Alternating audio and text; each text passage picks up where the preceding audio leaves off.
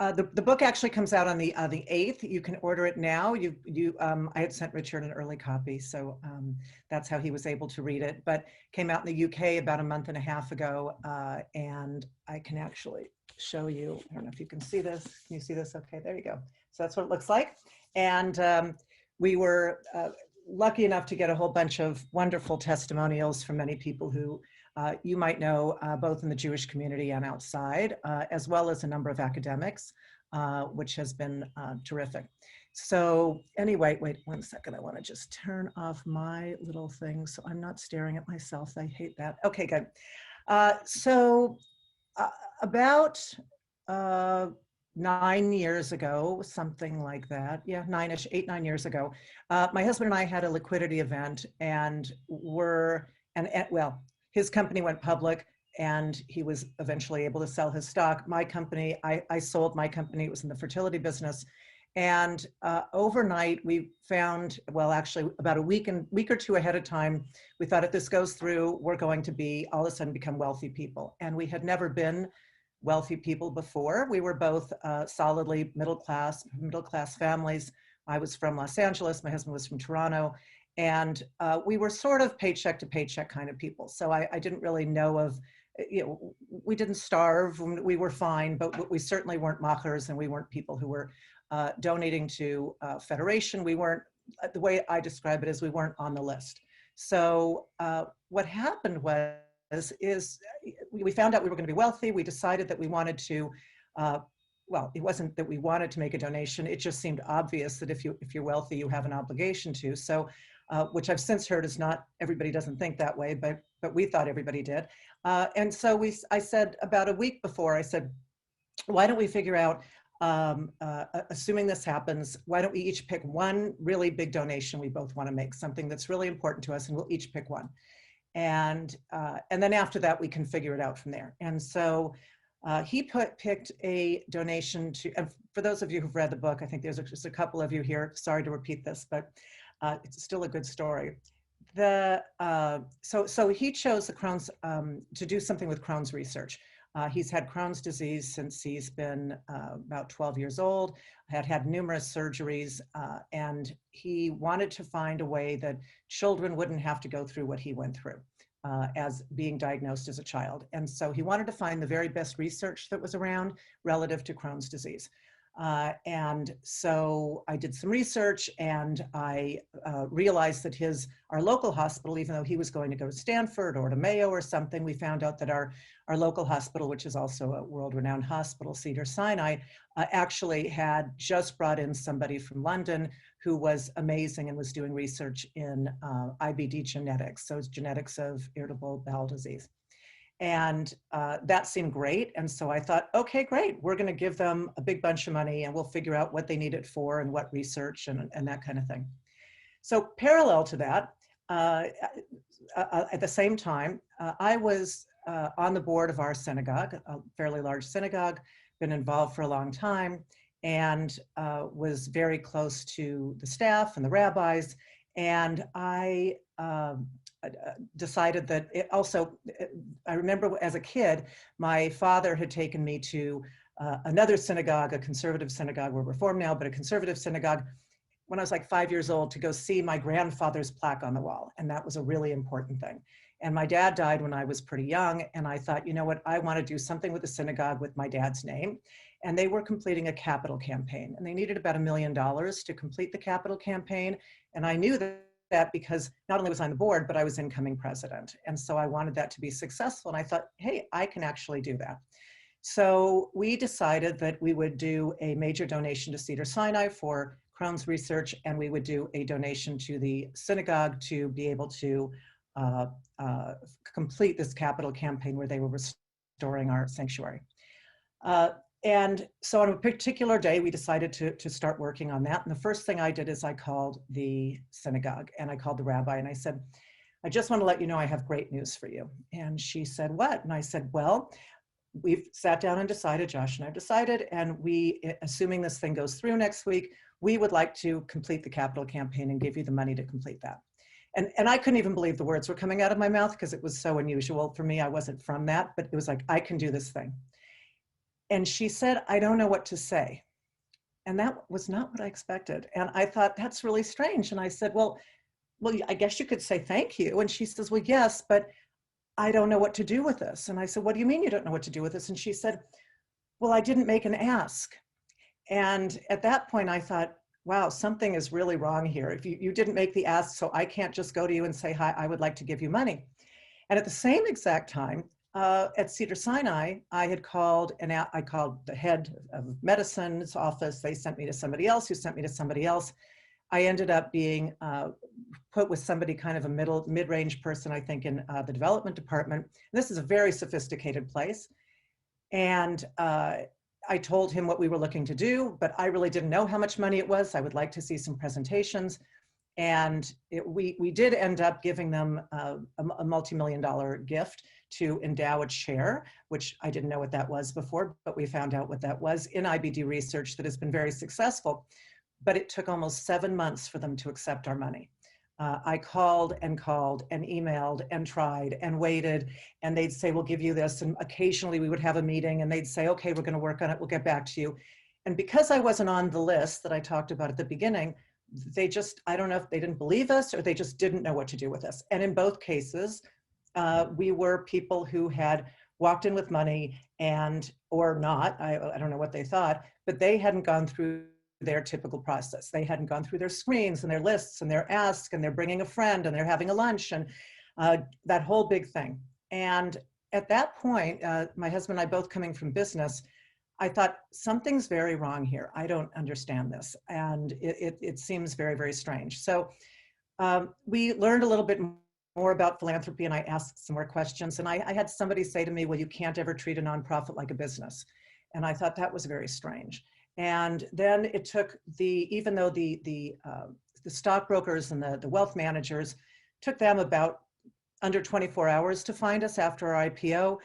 And so the calls were coming in, and I was sure I was going to get many more calls from charities and nonprofits, and I didn't get none, for about 1.5 years. And at that point, I was also on the board of our local Jewish Community Foundation. So it wasn't that I wasn't involved. By, let's say, about 2 months later, I was on that board. I didn't make a big deal about it, but it was on my bio, and nobody figured it out that we were there. And so again, it was about 1.5 years later that finally Federation called and said, oh, hi, yeah, we understand that you're around. And I thought, I don't understand. How could you not have known that I was there for 1.5 years? And it was very, very awkward. So after that, and after getting a whole lot of emails, as many of you who are donors, or probably all of you know, and getting emails, dear John, or dear, whatever, my name, dear Jane, or emails that had 5 different fonts and different colors, or parts where you get sections that have been, copied from a previous letter, like a form letter, and you can tell it because it's a different font. I looked at all this and I thought, this is really arcane and strange. I don't understand. And at the same time, I'm at a synagogue and I'm involved in nonprofits, and everybody's saying, we need more money, we need more money. We have to get these donors to give more. And around 1 year into it, 2 years into it, a very prominent donor in Los Angeles passed away. He was in his 90s.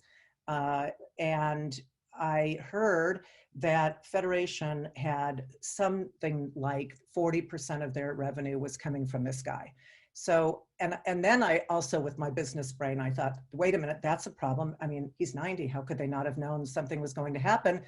And it's not like there was a foundation already, it was already set up so that automatically that money would come in from his family or other people. So I thought that this is very, very strange. So I started doing some checking, and I asked a number of donors, have you had these kinds of experiences? Or even the long-term donors, have you had things where somebody comes to a meeting and they're not prepared and they ask you, oh, how did you get your money? Which is crazy in this day and age. Or they, all sorts of things. Or they ask for a ridiculous amount of money that has nothing to do with what we do. Or they push really hard to get me to interact with them, but what they represent is something that it's not my thing. I'm not involved in that particular area.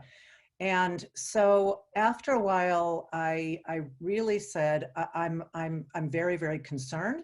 I've been on the boards of lots of nonprofits. I volunteered for a long time, but if this continues, I'm worried that another big wealthy donor, or 5 of them, who are really sustaining some of these big institutions, that they pass away, and all of a sudden, all of those organizations under them, all of those, hundreds, thousands of organizations who depend on contributions from those big organizations and institutions, overnight will just go away. And I was really concerned. And then I thought, well, wait a second. So maybe they're bringing in a new world of young people to come in and take the place of that. And I found out that I actually knew at this point that wasn't really happening. That really there were 2 choices. If you're a fundraiser, it was, well, we can go and learn the new language of young people. And since I came from tech, I knew a lot about that kind of thing, and a lot of our friends, and in fact, my husband, were younger than me. And so you can learn that new language of technology and accept that and really honor it. Or you can just ask the older guys who have been there for a long time, who are in their 80s or whatever, and you can just ask them for a little bit more money. And when I asked a couple of fundraiser friends, they said, oh my gosh, the second one is so much easier, just to ask them for a little bit more money. And I thought, but that's not sustainable. That doesn't make any sense. So I went to a lot of organizations and said, why are you not, spending, well, what are you doing with young people? Why are you not spending more time really working with sort of, the Google mid-managers and the Amazon people and whatever? And they really didn't want to do that. And in fact, told me that, well, millennials don't give money, which is just not true. So then I went to the millennials and I said, well, how do you feel about giving? And I heard this horrible story that's in my book about a young woman who was a kind of a mid-level manager at, I think, Google or Facebook or one of those. And they had a job fair. Instead, they had a nonprofit fair. So, you go into a big room and there's various nonprofits around, and you go and talk to them and see if maybe you want to get involved with them. And this particular woman who we found through actually various different people, including my daughter, was about in her early 20s. What the person didn't know on the other end of the table, or what people didn't know, is that she also had inherited a large amount of money. And so she had not only money in her own right, but she also had money from the family. And she went up to one of these booths, and she knew in advance, she looked at the list of who was going to be there. She went up to one of the booths with the nonprofit that she was interested in, and she said, hello, my name is whatever it was, and I'd like to talk to you about being part of your board of directors. And the woman on the other side said, what could you at your age possibly contribute to our board of directors? And makes my stomach hurt. I just couldn't believe it. And then I talked to another friend and I said, we were doing some political fundraising, and she was working with the Asian community. And I said, well, where does the Asian community, other than politics, what do they give to? These are people, large donors, they're very low key, and they work with her. She's also Asian and has been doing this for a long time. And I said, who do they, are there pet projects or organizations for that community that you work with? And she said, no. And I said, well, what kinds of things do they give to? She said, they don't. And I said, what do you mean they don't? And she said, nobody ever asks them. And so that was very, very strange. And so I thought, wait a minute, a lot of this money is coming from the same people over and over again, and we're not focusing on the rest of the world, like that this pie can actually be much, much larger. It actually is much larger. We're just not doing the right things to try and interact with those people, because it's kind of easier to do what you know. And what you know is to do the same thing over and over again, the way it's been done for, 50, 60, 70 years. So that made me very, very concerned. And then I thought, well, what about the heads of these organizations? Are they, they must know this is happening. They must know that sometime in the next 8 to 12 years, what's going to hit the fan, that money's going to go away, and they are going to be, and all of a sudden all these organizations will go out of business overnight. And so why aren't they working harder to bring in new donors from other places? And what I found out is that for many of these institutions, not all, but for many of them, their retirement is going to be right about at the time in this next 8 to 10 years when these other people will be gone. So they're kind of kicking the can down the road. And I decided somebody needs to sound the alarm, or this time of year, sound the shofar, and say, what, you've got to wake up. And I thought I had a few years to do that. And then COVID happened. And I realized that, oh my gosh, some of this is happening right now. So someone told me I was very clever to write the book in 2 months. It actually took a few years. But what I also realized is, hey, I have a book here that I can use. It can be a handbook that actually says, instead of doing this, do this. Instead of doing this, do this, from a donor's perspective, and has a lot of these stories from my perspective and about 40 other donors and academics that can actually help people to start to turn that ship right now when there's existential threats abounding. So that's what this is about. And we've been working to, I've got a number of advanced copies. We're working to get them to as many nonprofits around the world, really, but mostly in the United States, as many as possible, so that they can actually have this information and help their organizations immediately. A girlfriend of mine in Israel called me a few months ago, and she said she also was one of our testimonial people, and so she had the manuscript, and she said that she went on an online seminar that she runs a nonprofit, pretty good sized nonprofit, and she went online and went to the seminar about whatever the subject was, and it cost a little bit of money, or it was free, I don't remember which, and it was about an hour. And she said by about 50 minutes into it, she was super frustrated. And she said, oh my gosh, I can't believe this is like not getting me anywhere. And then the last few minutes, they said, well, if you really want to know the important stuff, you can pay this X amount of dollars and you can take our part 2 series. So she was really angry, and she decided, wait a second, I think Lisa wrote about that. And she opened up the book and she said, whatever the subject was, that the book had a solution to her problem in 4 minutes. And that's what we want to be doing. So we want to be able to give people something, put it out in the world and say, this is going to give you something that will help you. And it's all based on, like I said, how donors really feel, and helping fundraisers understand how donors see things. It's not about being,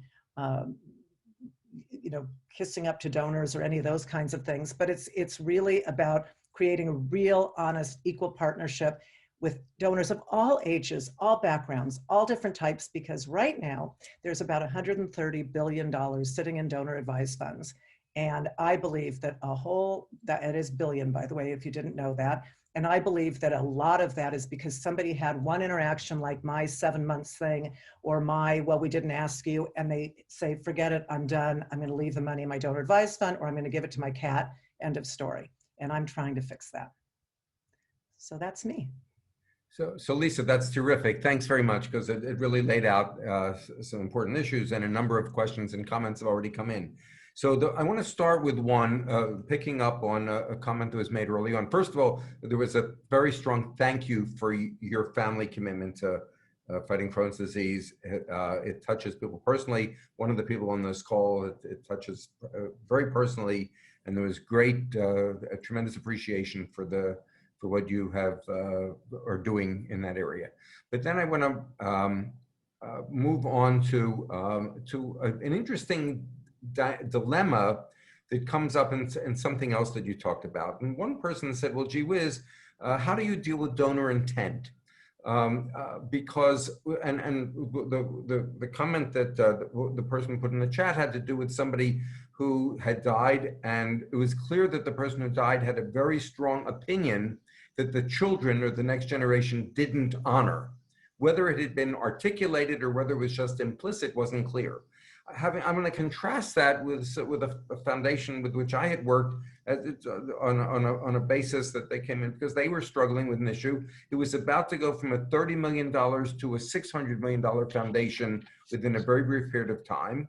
I know that's chump change for this group, but that was a lot of money in that state where that foundation was. And everybody was paralyzed because the surviving matriarch wouldn't tell them what they wanted to do, what she wanted to do, and they were paralyzed until when I got there. It turned out she said, "I don't understand what everybody's worried about.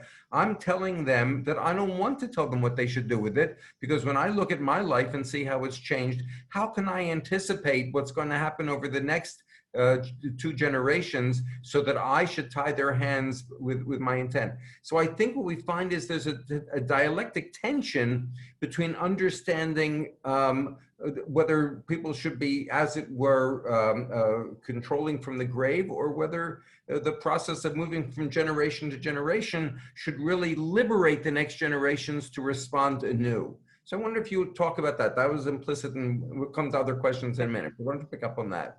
Well, okay, so the second way, I just love that because my best example of you don't know what's coming down the pike, and so I'm not going to tell you, and I think that person was very wise. Best example of that is COVID, right? So right now we have something that nobody could have anticipated that requires large amounts of money and that really is a save the world kind of thing and impacts everybody. And nobody could have known that in advance. I mean, maybe, you know, the epidemiologists, but whatever. I mean, really what this was going to be, it couldn't be known. So I think that there needs to be a respect for, you know, she did a very severe version of that, saying, you know, I don't want to give you any direction, which you know made people confused. I'm sorry they were paralyzed because all I can think about is the money that didn't go to a nonprofit for some period of time, and that makes me very sad and disturbed. But I wouldn't worry about that. They were not paralyzed about not spending money. What they were not prepared to do is what to do when it became a $600 million foundation versus when it was a $30 million foundation, and they realized that that was a particularly qualitatively different challenge than they had before. Yeah, and I think a lot of this is talking to your kids and being good models for your children. I think also it's about teaching kids about philanthropy at a young age. We started donor advised funds for our children when they were about 5 and worked with them, and it has to be age appropriate. So from the time they were 5 to maybe 10, they only wanted to give donor advised fund gifts when there was something that came with it, like World Wildlife Fund gives you little fuzzy stuffed animals, or somebody would give you some plants or, you know, seeds or something. And so that's fine for that age. And but I think that it's instilling that that sort of feeling of community and responsibility, and really the Jewish responsibility to your community and to your world, and then, you know, and then you can tweak it with kind of what part of that is about you. But I think the other one, the one where they didn't honor the parents' wishes, is that right? They actually just didn't, right? They ignored them. It wasn't that they, we don't know whether the parent had articulated them. They had just behaved a certain way, funded a certain way, and the next generation just didn't follow that lead. So yeah, I mean, you know, my opinion on that is the world changes, and you've kind of got to go with it, what different needs are. But, you know, people, if this person had been interested in, you know, worked at food banks and interested in feeding people, I don't think it would be asking a lot of the children to say, you know what, they were interested in food banks and feeding people. So, or they were interested in supporting Jewish life. I mean, those kinds of things, I think to ignore that completely, or to say, hey, we've got this bunch of money, we can do whatever we want, I think that's also wrong. So that's sort of painful. From the institution point of view, who they give to, because I'm guessing you're sort of working around that area, that, you know, saying it has to be this way. My favorite story of that is at Harvard. I'm sure many of you might know the story about the library, and I can't remember the name of the library, but one of you probably know. And that somebody came and they gave a large amount of money for this library because the son, I think they're people from Philadelphia, I believe, and the son had died on the Titanic, and he was a book collector. So they decided to make this library in honor of him and built the building, but they had these rules that came with it. And the rules were, is there anybody here who doesn't know this story? You can raise your hand if you don't know this story. It's like, okay, good. So the rules were that the footprint of the building could not be moved 1 inch. It had to always stay exactly that footprint. And that inside of the building, that there were the stacks of books and all that was used as a library, but inside there would be this single room that would have some of these special books, I guess, in it, with a little table in it. And it was dedicated to this son. I think he was in his early 20s when he died, with, I think it was a single red rose or a bunch of roses or something. This sounds like it's not even real, but it's actually true. I know people who've seen it. And then there was one guy who was made the caretaker of this particular room, who went in and made sure the flowers were fresh and did that thing. And that was it. And then all of a sudden, digital media comes around, and the books need to be digital, and there's stacks, and people aren't necessarily going for that, and they need to have technology. and you've got this little room, and the whole thing didn't make any sense. And it was really kind of, and I thought that's just so sad, you know, and they wanted to make some changes to make the building make more sense. Again, this is however many, 80 years ago, and they couldn't do anything. It was absolutely, and I forgot what the penalty was, but there was some severe penalty to the institution if they didn't do exactly what those person's words were. And so I'm sure they felt really, you know, obviously, you know, unbelievable trauma about their child dying. But to put that on that university and not think about what is this university really about, and have that kind of marriage of what do we want to remember and what does the institution need, I think that needs to be part of that equation. And it really wasn't in that particular case. So, but it still stands, and you can go to Harvard and they'll tell you about it. One of the things is, and I'm going to switch to a derivative question, at least in a minute, but one of the things that we as funders have to do is make it safe for nonprofit organizations to tell us the truth. In other words, that we have a burden of responsibility not to so intimidate potential donors or potential recipients, or to come across as so judgmental that they don't tell us what they really need or what's really going to be successful, and there's a sycophant nature that we have to resist, and we as funders have to make that possible. But I'm going to shift that, because you put a couple things on the table that some people responded to. So, and I'm going to ask them in two different ways and let you come at them, everyone. One is, how do people find people like you? I mean, you were willing to be outspoken at a certain point, but on the other hand, you were outspoken with places which you found on your own. There probably were organizations that didn't find you. And so some people would like to figure out, if you were in their shoes, what should they have been doing to find you? And what then is it, and what do you find compelling when people speak to you? What's credible? That doesn't mean you're going to fund them all, but there's cases that are more credible than others. What do you as a funder find credible as you hear people's pitches? Okay. So the first part is how do people find people like me? First of all, I am at the beginning, when I started to write the book, or decide to write the book, really what it started with is me just ranting every morning to my friends as I was driving into whatever work thing I was doing, because I was so upset about this. And then I eventually said, well, that's not fair to my friends. I should actually, you know, record it. And then I decided to write it down. And then, but along the way, talking to those friends, many who were donors and many who were nonprofit leaders, I realized that I kind of confirmed what I thought was true, which is, I am not unusual. I am not the only part about me that I think is unusual is that I sat through 7 months of trying to get a place to take my money. Most people would not have done that. But as far as having money and not having anybody really talk to you, like the Asian people I talked about earlier who said they don't ask, that's super common. Really, really, really common. Or not talking to the 20-something-year-old and not treating them like a human. So, which brings me to sort of the next piece is, someone had asked how you get to people like me. I have something in the book called a 5-minute Google search. I might trademark that at some point, I don't know, which means ignore all the other screens that you've ever heard, other than is the person part of our community. But the typical screens that most nonprofits use are your political party, and people pay a lot of money for this, your political party, your political donations, and the value of your home. And I can explain later, but really if you look at those, all three are irrelevant. Because they really don't tell you what that person's capacity is. But what is important is, what do they like? What's their family about? What do they do? What other organizations do they give to? All of those kinds of things. And that you can typically find out in a 5-minute Google search. And so I recommend that everybody who's running a nonprofit first looks to your own group of people in your own mailing list and do a 5-minute Google search, because in most organizations, you don't really know most of those people. You might know 5 or 10% of them.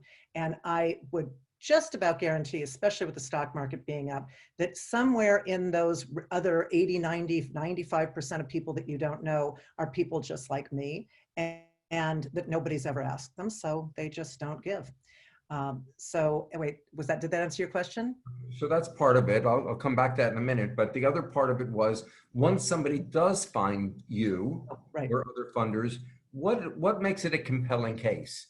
There are people on this group, it happens, are very involved in Limud, but, and I think it's great to talk about how Limud becomes a compelling case, but I think we're going to go beyond that. What comes across as credible and compelling when somebody actually does finally sit down and talk to you?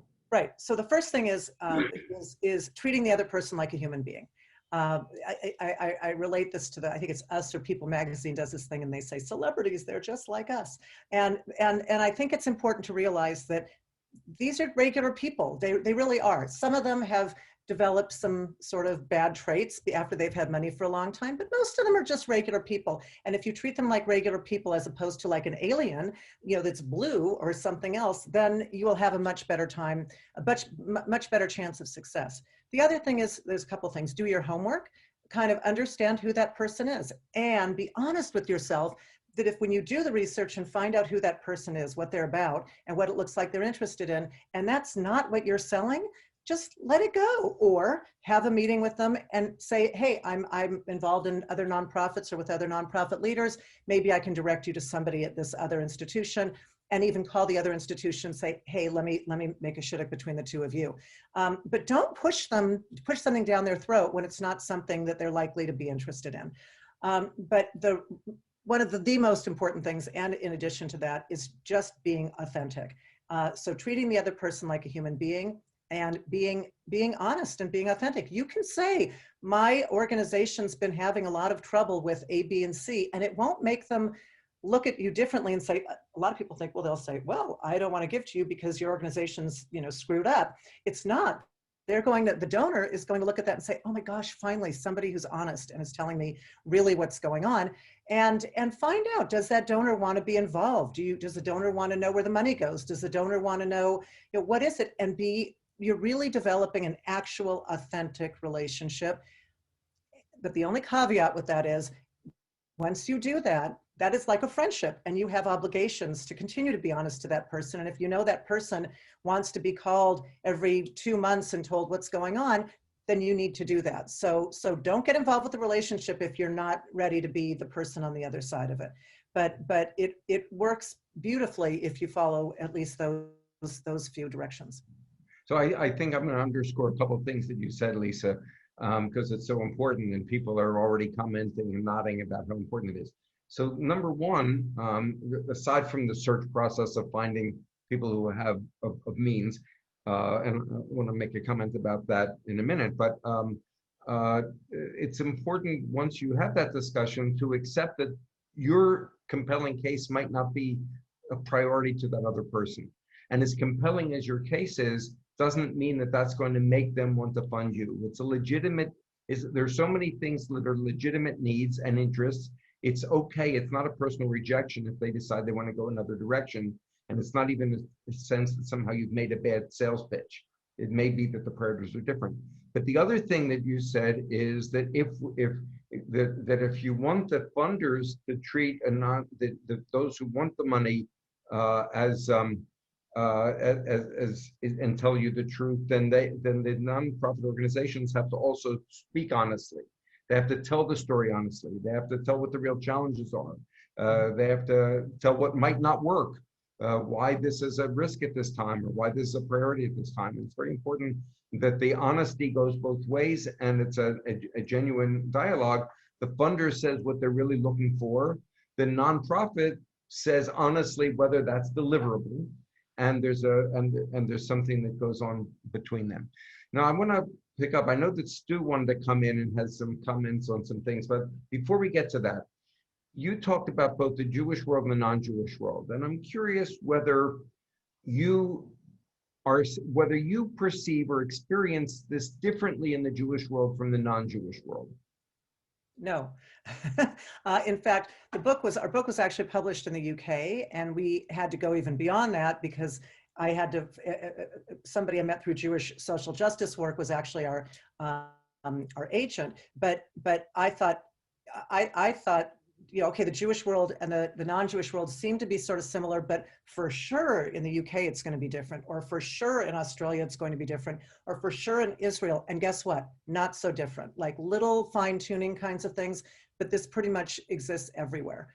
And I don't understand why in the Jewish world, when we're all about understanding each other, that's a basic tenet, that these conversations, these authentic conversations just don't happen more often. Okay. Stu, I'm going to ask you to unmute if you'd rather just leave your comment as it is, or okay. I mean, I think that just, I'm sorry to put you to, that Stu felt that maybe we had whether there's been better and more sincere efforts on the part of the nonprofit organizations along the years, that it's not quite as extreme as portrayed. That there are nonprofit organizations that know how to do it, that are successful at it, that have a good record, and there are others that aren't. And just, I think there was a sensitivity about not painting too broad a brush with that, but rather to take the best lessons from the ones that are doing it right and the correctives for the ones that are not doing it right, rather than to paint too broad a brush about the sector as a whole. Yeah, so I'm not suggesting that everybody's doing it wrong. I'm suggesting that a lot of people are doing parts of it wrong. And one of the big ways that they can learn to do it better, and I say wrong because just as a donor, it feels wrong. It's not compelling. But at least to me, and to you read the book, there's 40 other people in there, including academics, who see the same thing. But I do think that, yes, they can learn from each other, but I was astonished that most of them don't learn from their donors. That the donors, for some reason, don't speak up, and that's probably the donor's fault, but they don't actually say how they feel. They don't actually answer those questions. For example, like, why did you not give to my organization? Why did that not happen? Most donors I talked to said that it was easier to just hang up the phone and go on to the next organization, and that doesn't help anybody. So I think that yes, there's some people who are doing it right. Yes, there's some people who are looking at the same thing that I'm looking at. But on the whole, the methodology of that worked for an earlier generation of people that's being taught today is it just doesn't work anymore. And until people start saying, it's just not fair to say millennials don't give money or Gen Xers don't give enough money or whatever, because we don't know that. And we do know that it's increasing every year what they're giving. And so I think we need to really realize that there's other opportunity out there, a whole lot of opportunity out there that we're just not accessing. Okay, so I want to go back to something that you said in your presentation that we didn't pick up on yet. And that is what you recognized and your husband recognized, that there are different ways in which we communicate with people at different stages of their life and different life experiences. So I wonder whether you want to share some thoughts about some of the, I don't like these Gen X and Gen Y. I don't want to put it in wholesale terms, but what are some of the insights you had about dealing with different either age groups or generation groups, or even within families, Gen 2s, Gen 3s, about how organizations might approach them authentically? Right. So it's different depending on who you are, right? And it doesn't go strictly by age lines, kind of like you were saying. It does a little bit. You know, if you say to a Gen Xer, as most of you, probably all of you know, you call them on the phone. I actually have gotten these phone calls, and I get a voicemail that says, "Hi, this is so-and-so from XYZ organization. You don't know me, but please call me back." That's a little bit crazy. I don't use the phone that much, and I'm not going to call them back when I know, they even said, and I'm a development officer, I'm not going to call an organization I know nothing about to have them ask me for money. It just seems a little weird to me. Now, if they do that to my mother, that's probably going to work more likely because she's much more comfortable on the phone. So one of the things that I suggest everybody does is ask whoever you're talking to, whatever age they are, how do you like to be communicated with? And honor that. So some people like to be communicated with by text. Some people do better. And I learned this at 2 businesses ago where we were communicating with lots of actually young people and they weren't responding to our calls and we didn't understand. And this is like 15 years ago at this point when I was in the fertility business. And we realized, if we just ask them how they want to be communicated with, some are emails, some are Facebook, some are whatever. And then you communicate with them that way. And that already makes a huge difference because it means that the person is looking at you as a person who has particular needs. And I think also it's then understanding what's that person really about. Like, how do they, or do they have sort of a business mind? What is their background? Are they somebody who is going to want to know who your competition is in your area, in your sector that you work in? And by the way, that's a question that I ask all the time, and most of the time I get a blank stare, even from really big renowned organizations, that they just don't know. And I always do the research before I go to a meeting to find out who their competition is. But when they don't know, that makes me not feel so great about them. So I think that it has to be on a personal basis. And one of my piece I wanted to kind of give to everybody is, regardless of how old they are or how much money they have or whatever, treat them as you would want to be treated yourself. And I actually said this to somebody the other day who called me and said, I want to know what subject line to put in that's going to be compelling. And I said, well, look at your email. So she was worried because I have a blog and I write articles every week, and it was about the subject line and how important that is to opening up emails for people who do emails. And so she said, I have this subject line. How is that? So, they give us money or whatever. And I said, well, okay, think of yourself in the morning, you turn on your computer, you've got 100 emails, whatever it is. And if that one was there, would you just automatically delete that? If your name was on it and it said the exact same subject line, what would you do with that? And if you wouldn't open it yourself, then don't send it out. And so think of like I call it sort of looking in the mirrors. Think about what the person on the other end, if they were you, if you were giving this pitch to you, how would you feel about that? And that will answer most of the rest of the questions. Good. One thing I want to assure you, Lisa, is I know you don't have time to look at the chat, but people are enthusiastic about signing up for the book. Apparently, one person has put the Kindle link in. I understand that you have, those of us who write about philanthropy a lot, it's nice to endorse other people's work as well. You have a blog and a website, and if you look at the chat, everybody, you'll be able to see it. So it looks as if you'll have a good group of additional readers after this presentation. We're coming down to the last few minutes. Lisa, first of all, anybody, just want to make sure I didn't omit anybody's comments or questions. I think I got everybody in, but if not, taking a quick look here, I think. Can I just answer Joni's question real quick? Sure. So first of all, Joni, thank you for putting in the name. I think it's pronounced Widner Library. Is that right? Widener Library. Yeah. So thank you for that, because that is the one. But I think, how do you convince donors that it's yours? And again, hopefully you've already gotten that answer. It's that they should support you. It's first you find out who they are and if this is the right thing for them. And if you can do that, then you have to be willing to accept that. And I got to tell you, a guy called me the other day, and an Orthodox man actually who does fundraising in New Jersey, and he's picked me up online and had a question, and he said, well, I called this person, I said, how are you doing with COVID? And started talking about them, and he wanted them to donate. And the person says, well, what did you say? And he says, well, I just said, how are you doing with COVID? And she said, oh my gosh, nobody asks me that. So she explained what had happened, and she actually needed some type of care or whatever it was. And he said, even though he's a fundraiser and being paid to be a fundraiser, he said, okay, let me help you with that. Let me give you this referral and whatever. And the person couldn't believe it. And I guarantee you was going to donate to him. So, but he felt guilty for making that referral and for not just saying, give to this organization. And I said, you are not allowed to feel guilty for that. So we have to just put more humanity into this.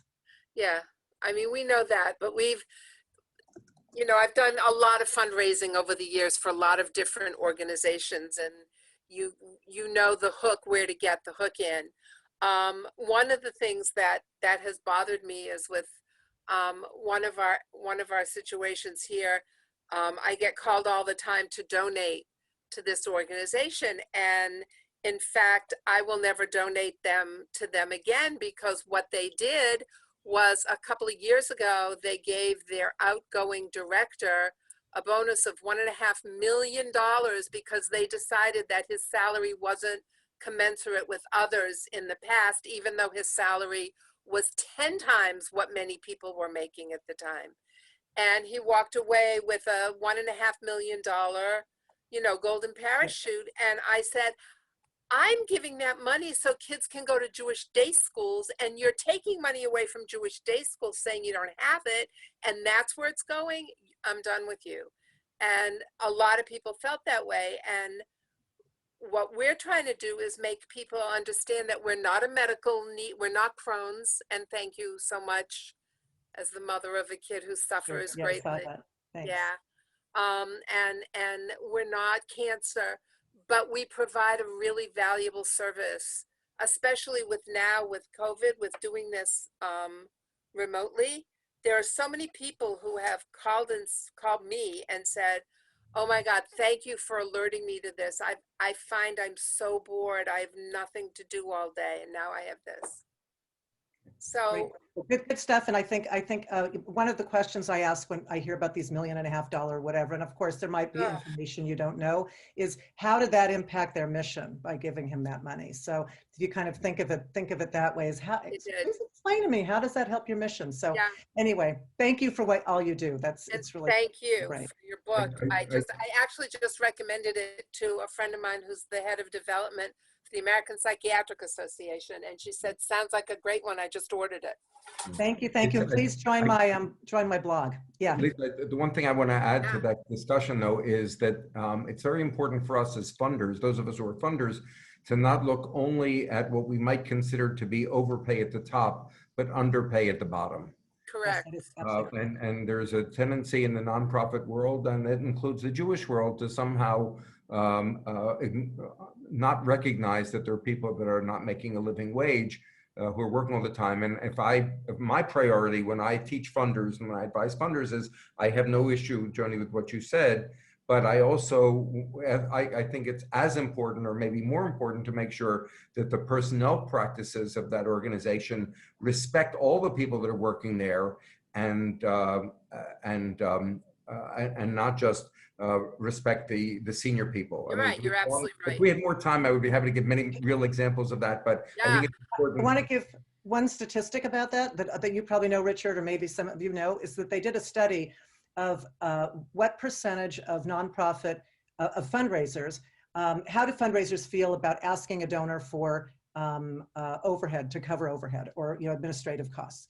And so they studied with several hundred fundraisers, basically. This was recently. And about 80% of them said that they couldn't bring themselves to ask for administrative costs. And I thought, so when you're sitting across the table from them, do you really think they think you work for free and they want you to work for free? Because they don't. And so I found that to be just shocking, and that's something that we need to change.